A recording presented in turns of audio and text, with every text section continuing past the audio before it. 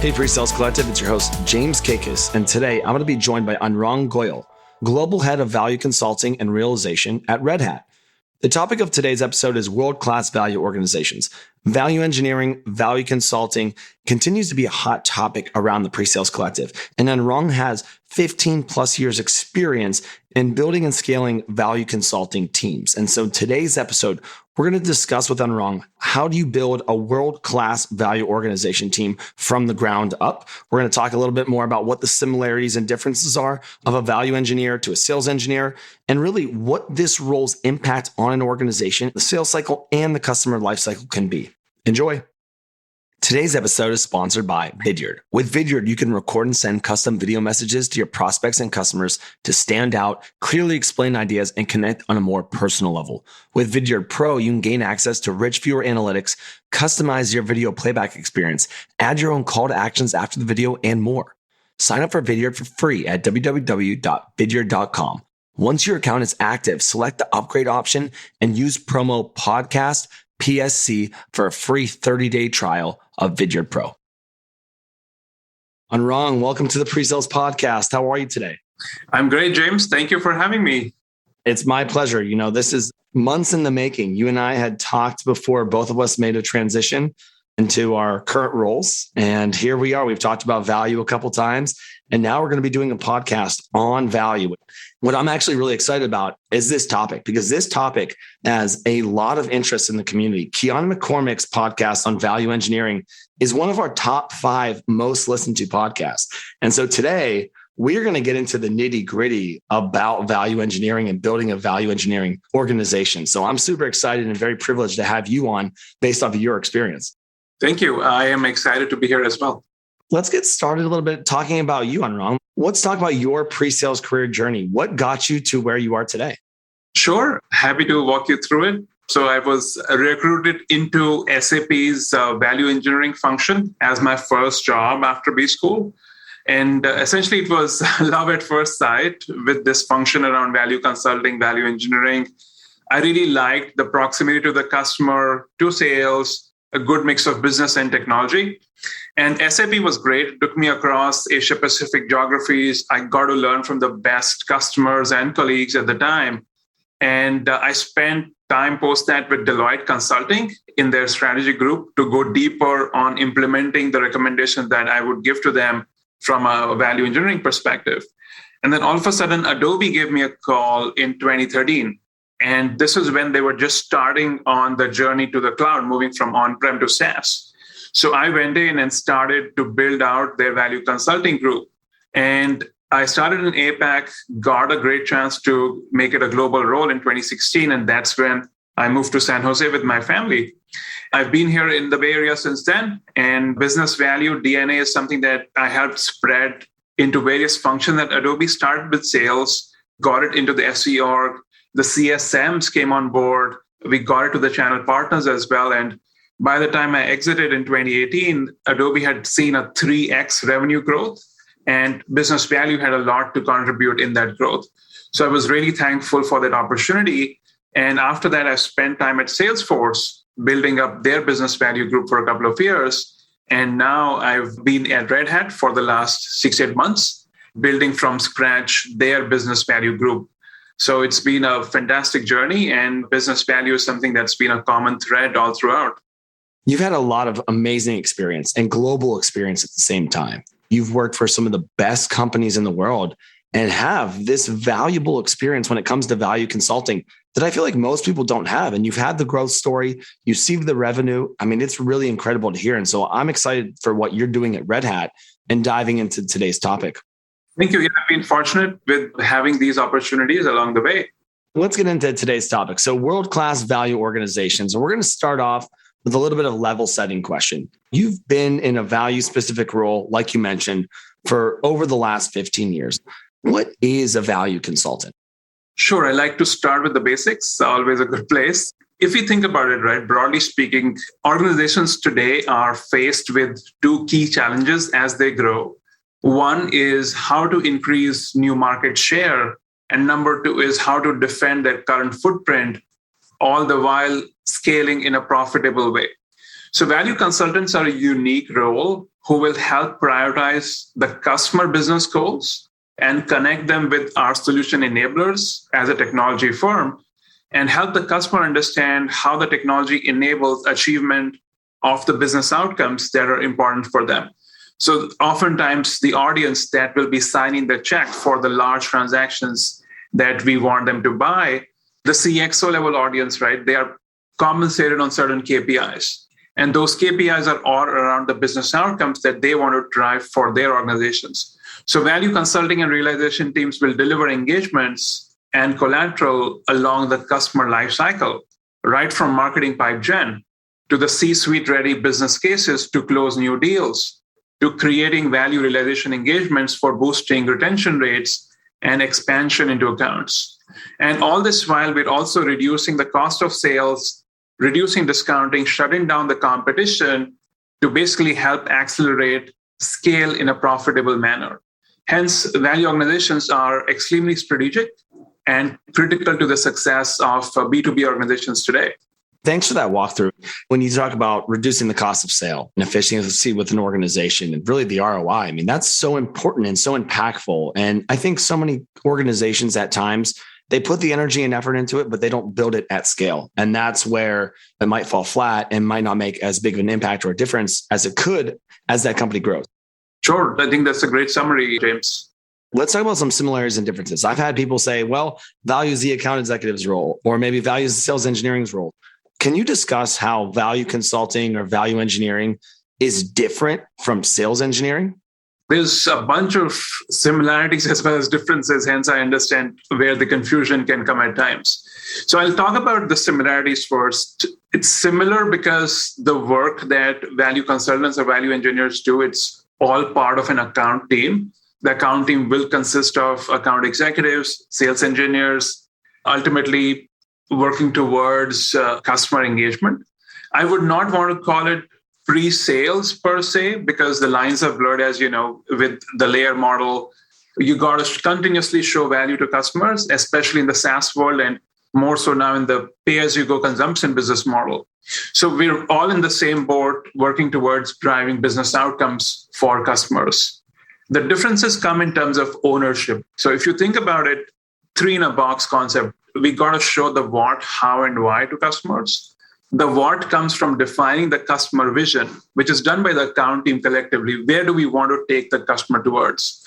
The how is led typically by the SC to define how our technology will ultimately provide the unique differentiated capabilities to meet that customer vision that we have co-defined with the customer. And lastly, the why. This is where the value consultants come in. They will define the what's in it for me, for them to buy that vision that we've painted for them. So basically, we are driving towards the same outcome. The differences come in terms of ownership of that end deliverable.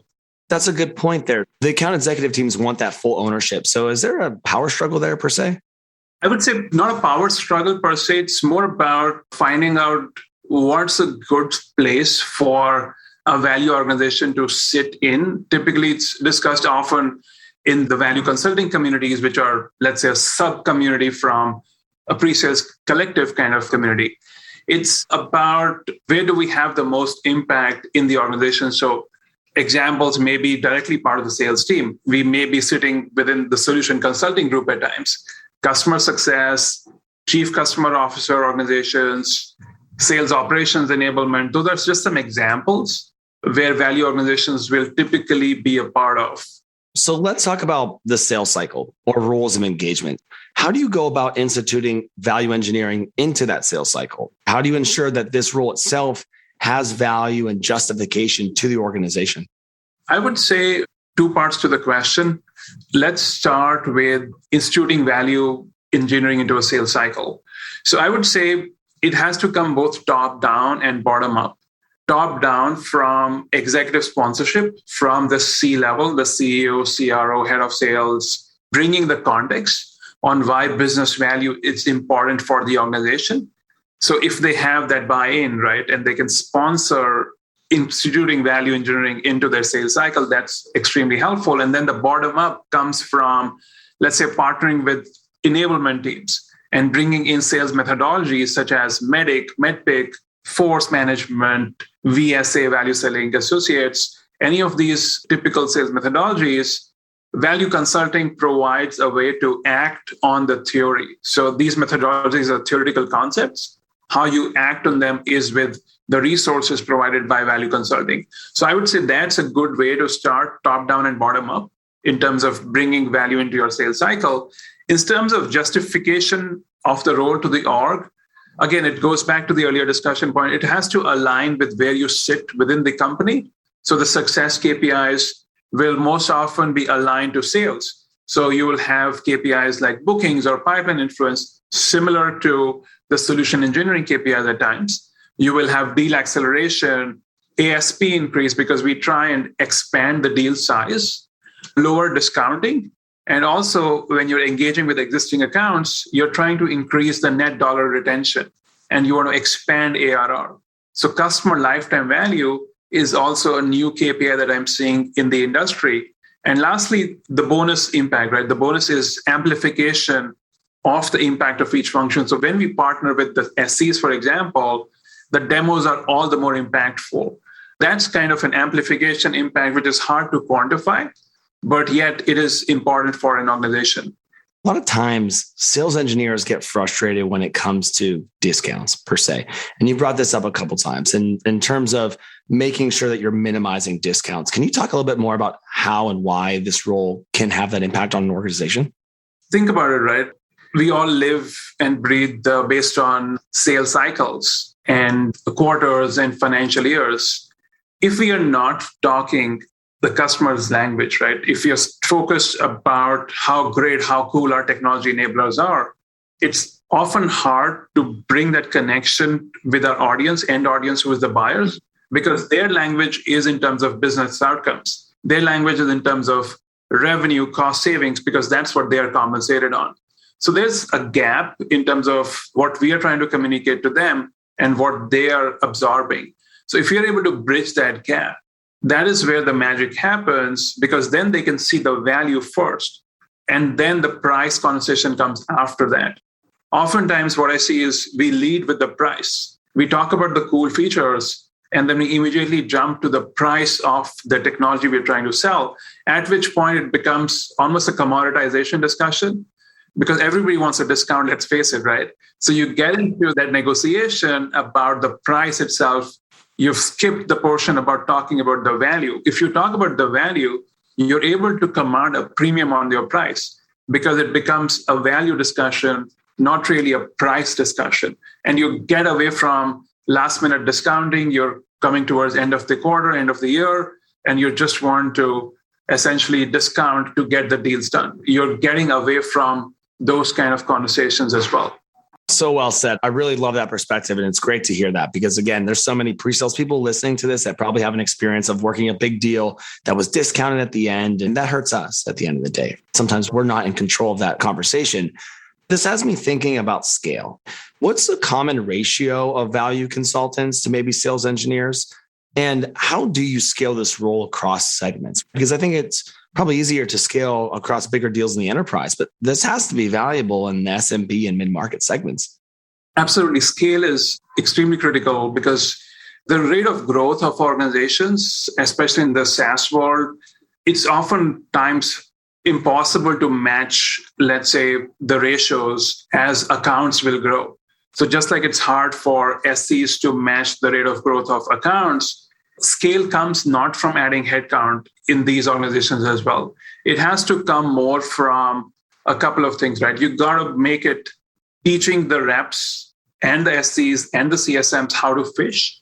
So working over time with, let's say, enablement and bringing in third-party experts who can talk to the field about how to have a value conversation using some of the tools and resources that value consultants will be using, right? So it's almost like a scale of engagement. So you will have value consultants for your highest deals, right? Your highest value deals, let's say your top 5% of deals. That's when you can have people as value consultants who will provide the white glove treatment.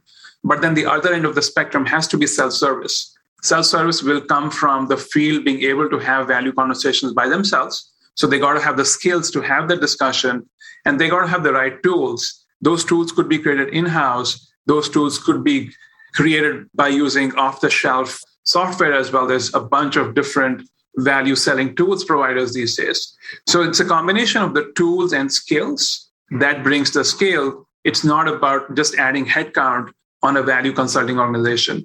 I think you're right, because there's so many SMB or mid-market deals or smaller deals that want to have these resources, but it's sometimes hard. And I think that's where the SE can continue to build trust. And when you have the tools and the resources to not reinvent the wheel, that helps with the overall velocity of the organization, from my perspective, at least. Absolutely. I think the SEs are so critical to scaling a value organization because they get the business outcomes. They are close to the customer. They understand the technology enablers. So oftentimes I've seen actually SEs will graduate at times and they will transition to becoming a value engineer, and a really good value engineer at that as well. And I think maybe that's why there sometimes can be blurred lines on what this role can and can't be. I want to continue to talk about world-class value organizations. And I think your experience at Adobe was really quite amazing. You ran a fairly large and complex organization over your 6 years. Talk to us a little bit more about the nitty-gritty of that experience. It was an incredible experience for me. And I am a builder. So starting at the ground floor at Adobe and setting up the value consulting team was enriching. I was fortunate to partner with a whole bunch of leaders at the time who understood business value, who understood the power of starting a value consulting organization. So seeing the company pivot from selling box solutions on-prem to SaaS during the time, and it became a Harvard case study, that's been enriching. Leading a global team of highly talented value consultants who are super passionate about business outcomes. And I, as their coach, was passionate about making them successful in their careers. I think that was a highlight as well. I kind of sharpened the saw in terms of leading high-performing teams during my time at Adobe.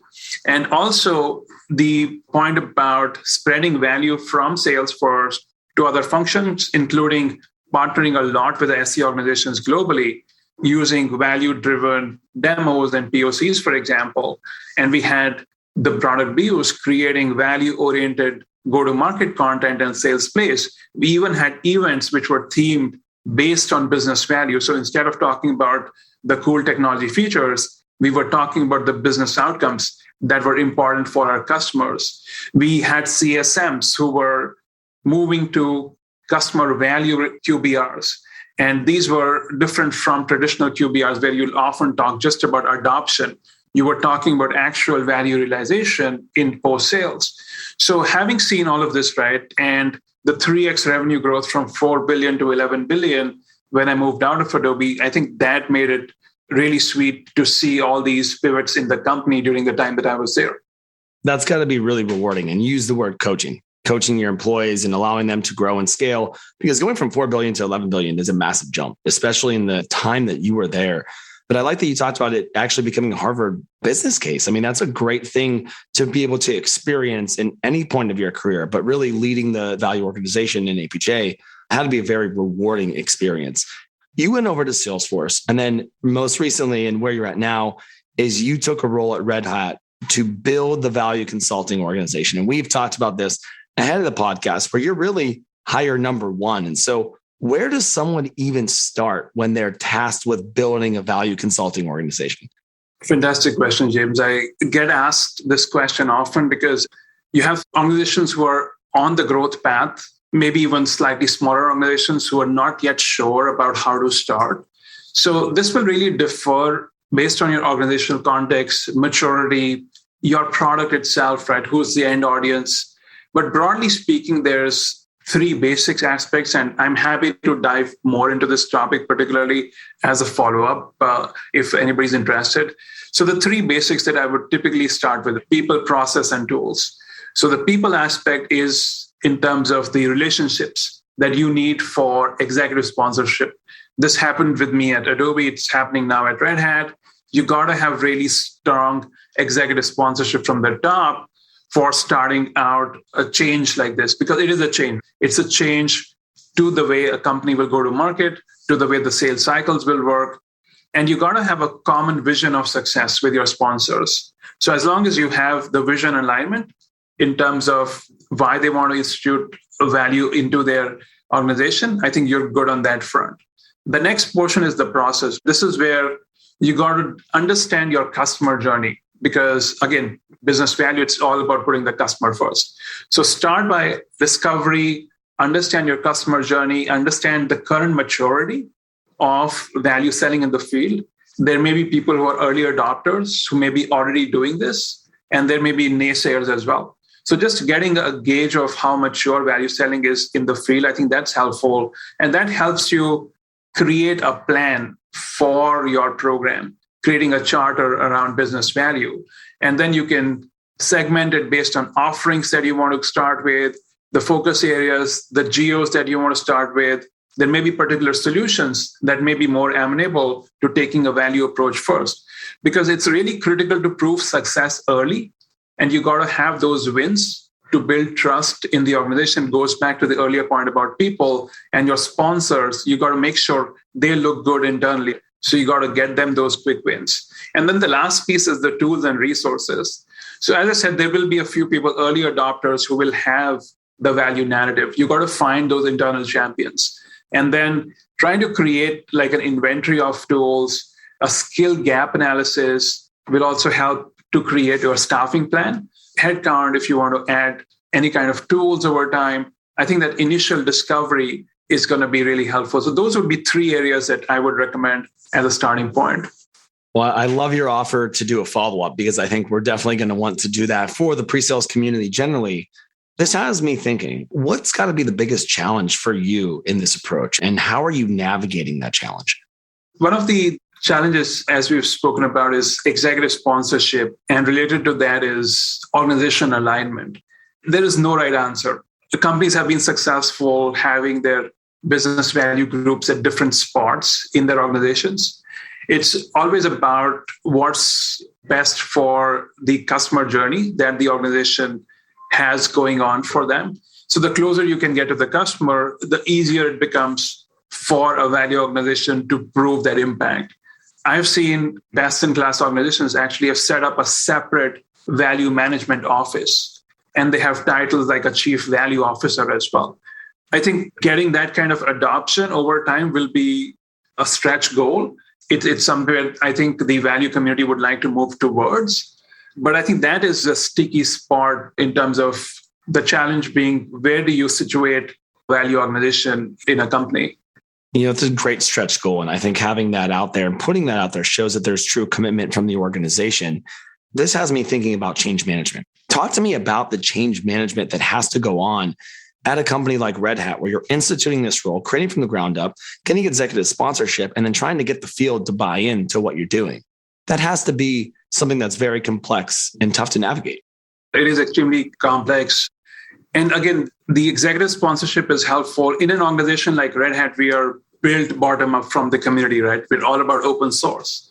So what needs to happen is you got to have the company moving towards customer centricity, as Red Hat has been evolving towards that direction. We're putting the customer first in everything that we do, which is great from an organizational context perspective.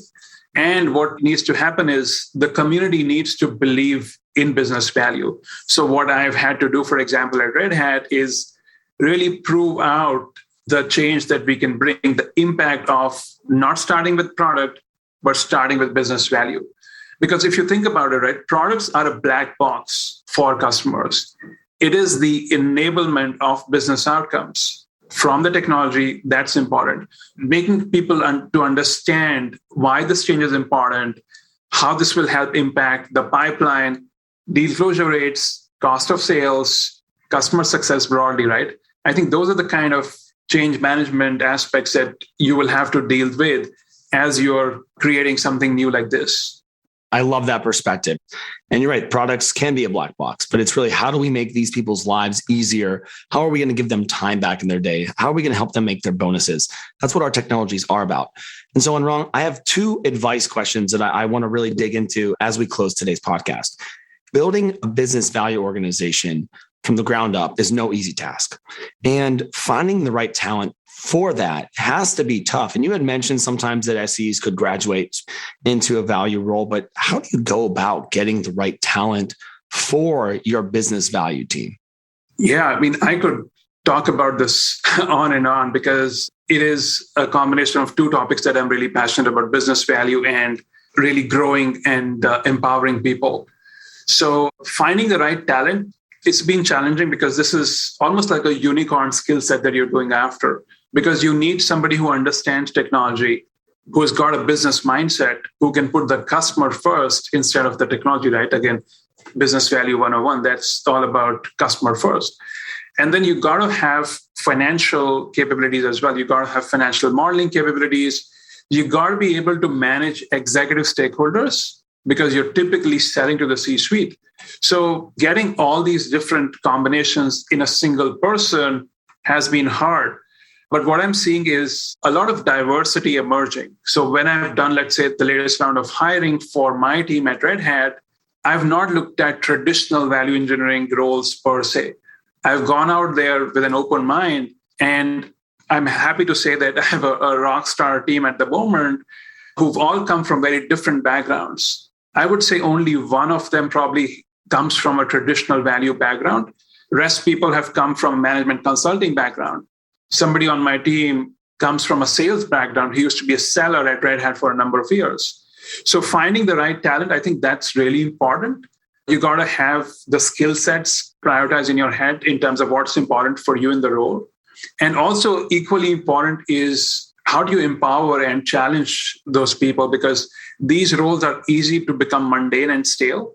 But again, connecting the work that they're doing with the larger organizational context and the vision match. Why is it important that the work that they do every day, it's helping move the company forward? I think that gives purpose. And that's what keeps them motivated and challenged to give their best every day. I like that perspective. And I like the idea of finding purpose in your work. And it's great to hear that you're building a diverse team and people of different backgrounds. And I think we talk about with sales engineers generally trying to find unicorns and find people that do A, B, C, D, E, F, G, H, I, G. It's very tough to do, but taking a chance on people and building the structure and scale and enablement to allow them to succeed is really important. And so it's great that you're doing that and already instituting that.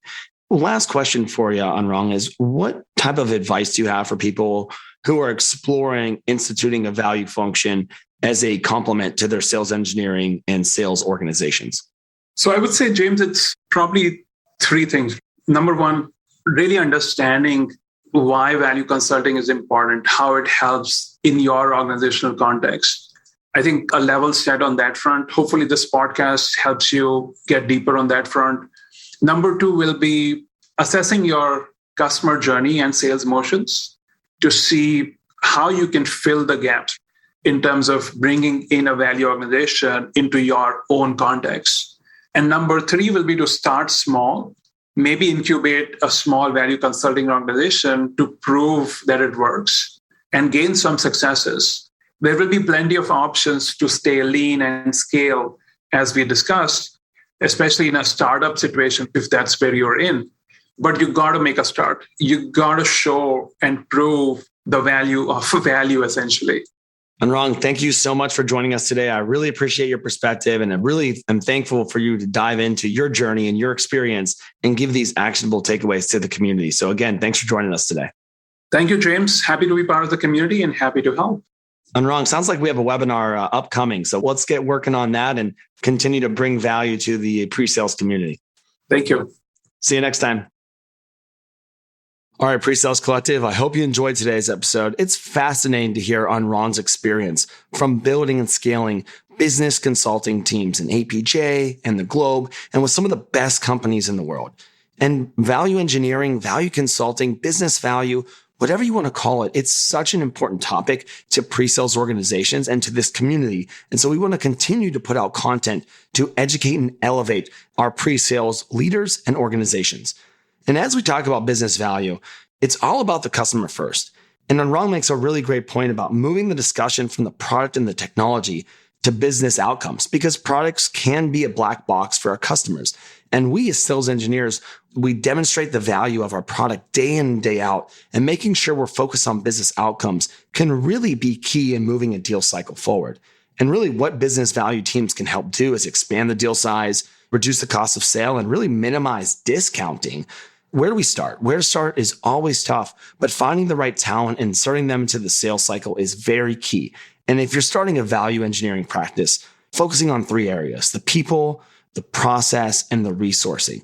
And getting those three components right to grow and scale an organization is really important.